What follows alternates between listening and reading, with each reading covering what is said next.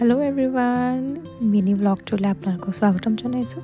ৰাতিপুৱা এয়া ৰ'দ লৈ চাহ খাইছোঁ, কিন্তু চাওকচোন ৰাতিপুৱাই পেষ্ট্ৰি খাইছোঁ দেই। আৰু এয়া আমাৰ ঘৰৰ পিছফালে বাৰীখনত অলপ খোজ কাঢ়িলোঁ। তাৰপাছতে মাৰ লগত গ'লোঁ মই বেংকলৈ।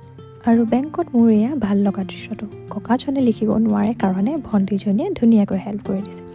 আৰু মায়েও নিজৰ কাম শেষ কৰি এয়া চাওক চিধা আহি বাৰীখনতে লাগি গ'ল। কিন্তু তাৰ মাজতে মই ভাবিলোঁ বাৰীখন আপোনালোককো দেখাই দিওঁ। এয়া পাণ হওক বা লাই, পালেং, ধনিয়া সকলোবোৰ মায়ে কৰিছে।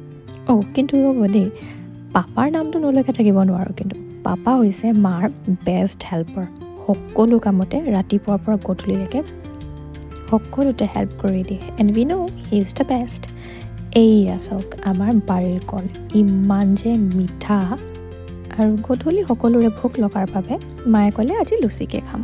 এয়া বৌয়ে লুচি বনাই আছে আৰু মায়ে বেলি আছিলে। আৰু মই গ'লোঁ গোসাঁই ঘৰত চাকি গছ জ্বলাবলৈ। জানেনে, this is one of my favourite place. ইয়াত মই বহুত দেৰি বহি দিব পাৰোঁ। চাকি দি অহাৰ পাছত চাহৰ জুতি ল'ব আহিলোঁ। সকলোৰে গাখীৰ চাহ আৰু মোৰ লাল চাহ লগতে বিস্কিট। আৰু এয়া চাওক তৃপ্তিৰে এসাঁজ খাবলৈ ৰাইজ লাগিয়ে গ'ল খানা বনাবলৈ। কিন্তু আজি নহয়, এটা টুইষ্ট আছে।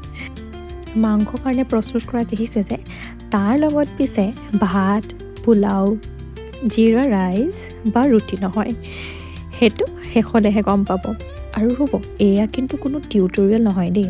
আজি এনেকৈয়ে বনাব মন গৈছিল কাৰণে ভাবিলোঁ আপোনালোকৰ লগতো শ্বেয়াৰ কৰি দিওঁ। আৰু এতিয়া গম পাব যে কথাটো কি হয়। আজি আমি খাম পৰাঠা উইথ চিকেন। আৰু আমাৰ এয়া ডিনাৰ ৰেডি। কেনেকুৱা লাগিলে জনাবচোন।